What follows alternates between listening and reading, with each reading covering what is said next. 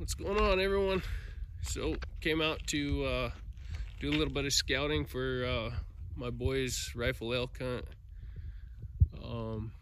Refresh my memory on some of the roads in this area, but in a stand of good trees for post and poles for the woodshed build. So there's some nice tamarack right here.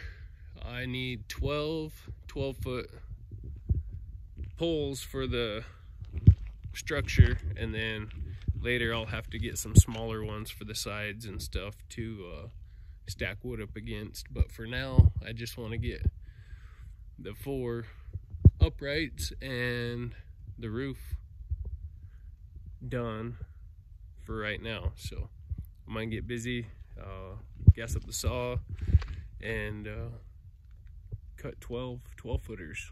I think there's enough right here in this nice little stand. So I'll flip the camera around and give you guys a look-see.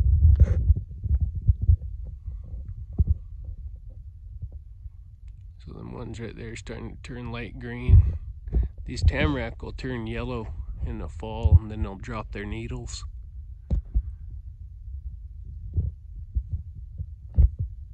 But yeah, I'll start dropping a few of them.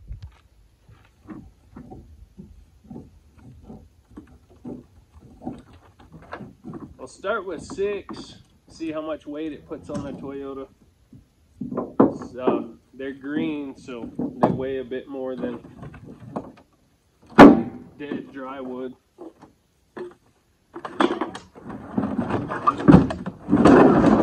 Even with these small trees like this, wear a hard hat. These little trees will kill you just as quick as a big one.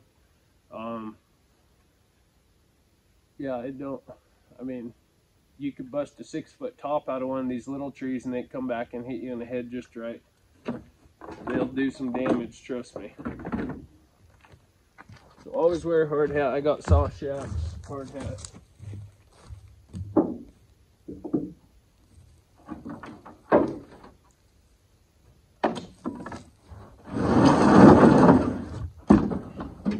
See if I get to test out the new hardhead wedge that Lumberjack Smokestack sent to us.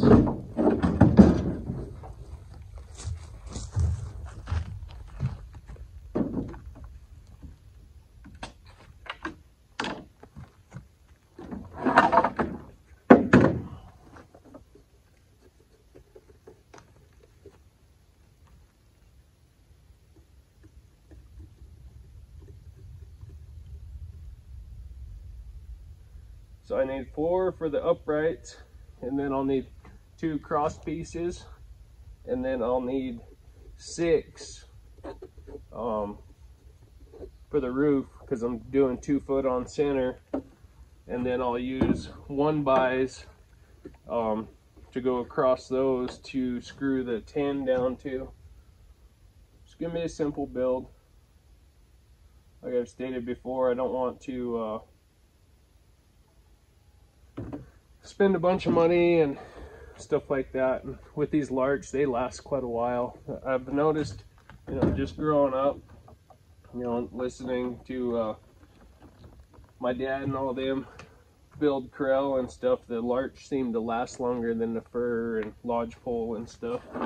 Lodgepole are great for the rails on a fence because they're lighter, but for the posts that go in the ground, you want larch. I won't be treating the bottoms of them or putting anything on them. They're just going to go in the ground the way they are.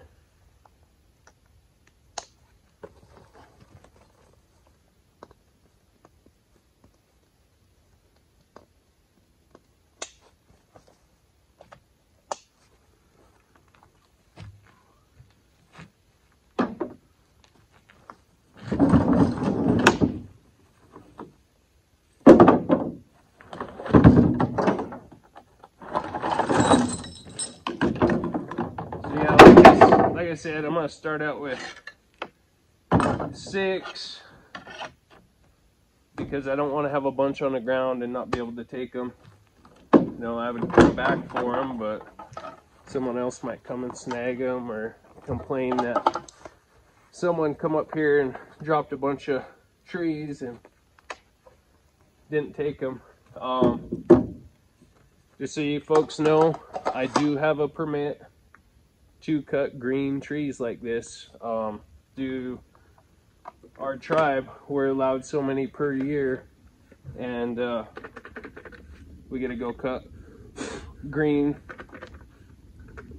post and poles and rails for fences, garages, woodsheds, etc. But anyway, we'll get this all warming up and go drop some of these.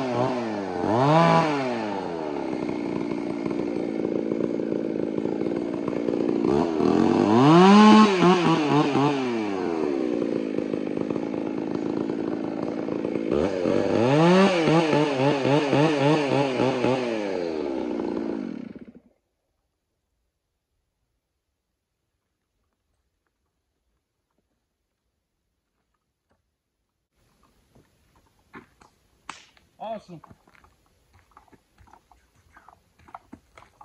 So we got 8 right here. I was just gonna do 6, but I'm not gonna waste the top of a tree. I'll get these 8 on the truck, see how much weight it is, and then I need 4 more, which I'm gonna take a smaller tree just for the ones on the roof. They don't need to be that big. So anyway, I'm gonna get these loaded up and go from there.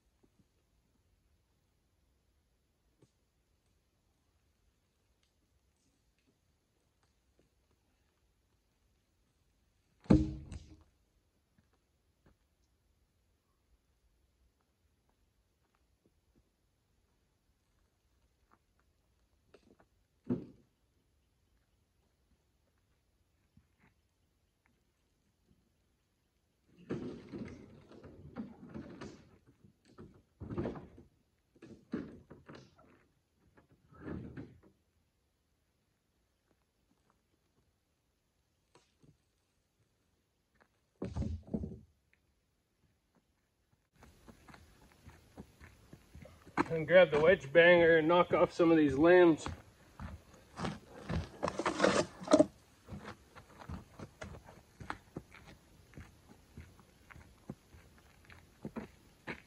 Oh, there was a comment from someone.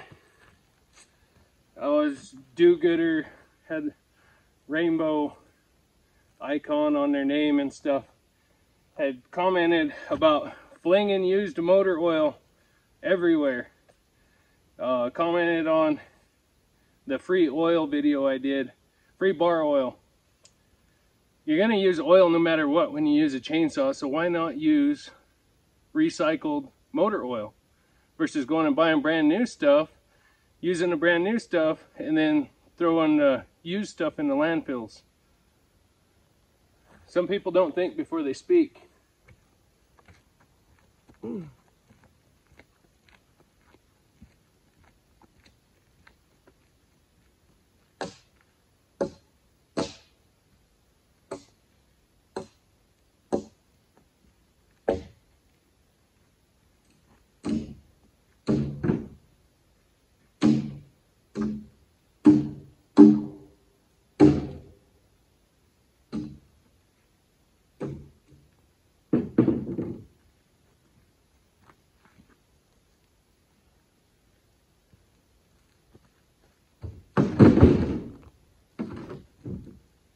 So if you're wondering why I'm flipping these around, it's to keep the majority of the weight from the lower portion of the post towards the front of the truck. That way it's not all hanging on the back.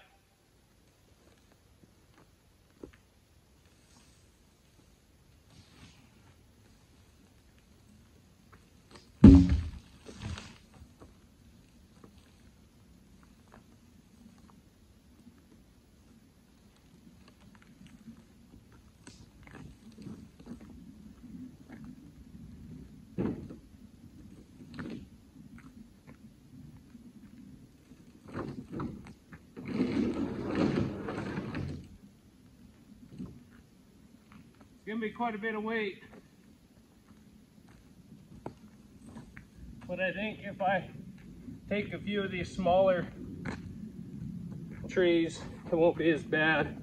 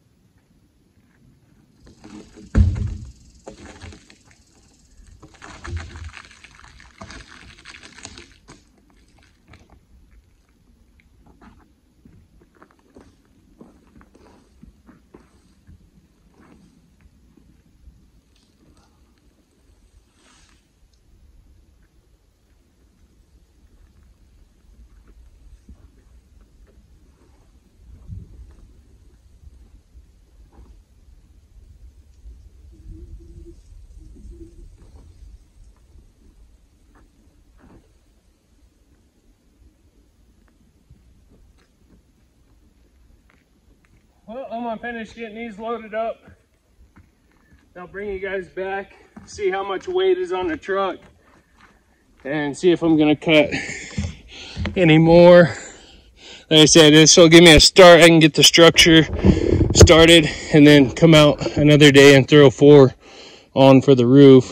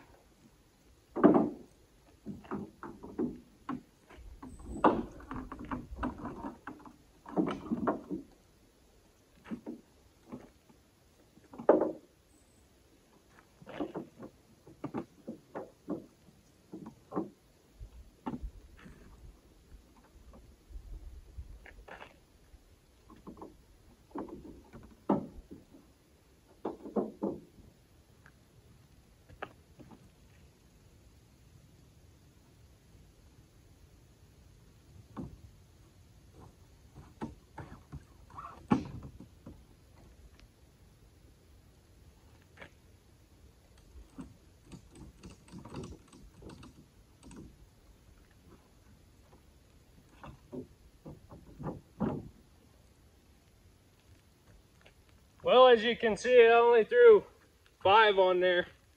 I put all 8 on there, and it was too much weight, so I set those 3 aside. I'll have to come back, pick those up, and I'll cut a few more small ones.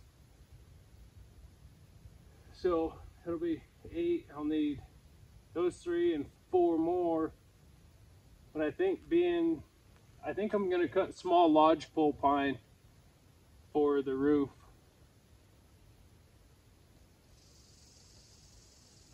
That way it's not as much weight. But that biggest piece on the first tree that I fell, I'm gonna use that for a header, and I'll be able to hang and skin deer off of it. So that's what it's all about, right? Well, there you see I cleaned the mess off the road. Always clean your mess up. Don't leave a mess on the road. It can puncture tires. One thing that always irritated me was woodcutters in the wintertime. They'd always follow the logging outfits. Well, they would fall trees across the road, limbs would bust off, and you'd have stobs sticking out of the ground. Logging truck rolls through there, it starts blowing tires, they're gonna be pissed. But yeah, like I said, I'll have to come back, pick those up. I mean, man, what a pain having to drive all the way up in this beautiful country to pick up some post and poles, huh? I mean, I'd rather stay in town and do nothing, right? No, I'm just kidding. Hopefully you guys enjoyed today's video. I appreciate you folks watching. Yeah, I'll pick back up when we come and grab those. It might be this evening. I'm not too sure. We'll see what the plan with the family is. I gotta go pick kids up from school here in a bit. So anyway, over and out. We wish you good health and happiness, and thanks for all the love and support.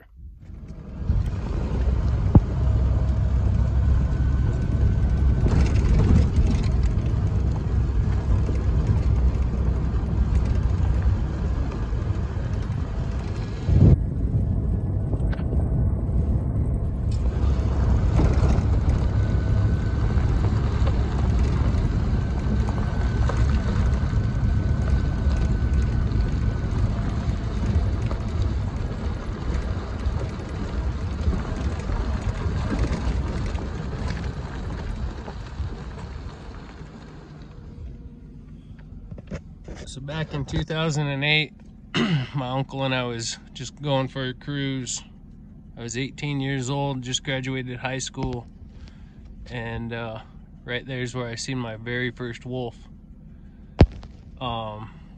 There's a guy that lives probably 4 miles from here, 4 or 5 miles, as a crow flies, who had hundreds and hundreds of dogs.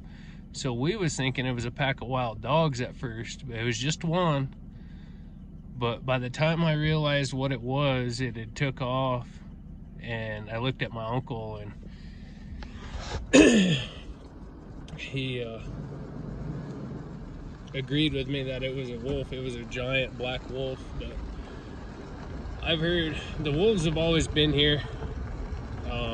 There's buddies of mine who have ran dogs. You know, back in the 90s, they were seeing them here on the Colville Res. The very first time I ever heard wolves howl was 2004, my very first year bow hunting elk. We were at elk camp, and they were howling like crazy above us on the mountain.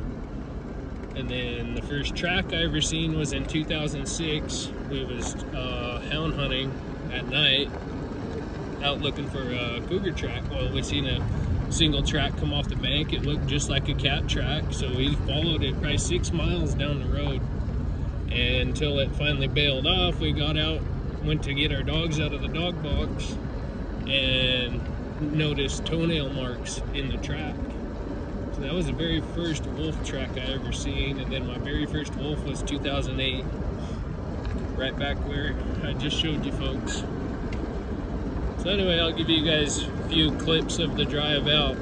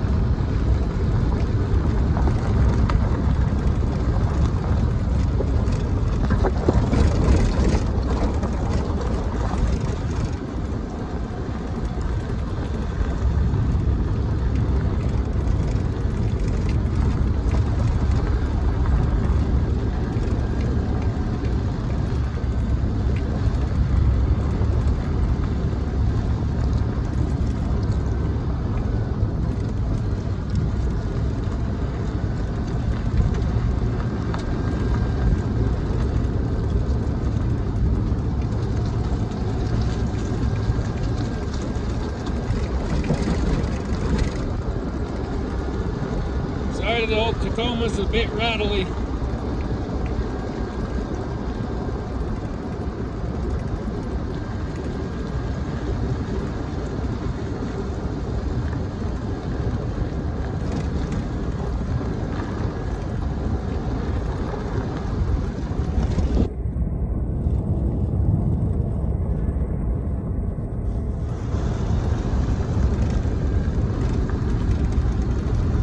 You guys watch for animals for me, all right? I gotta drive and video.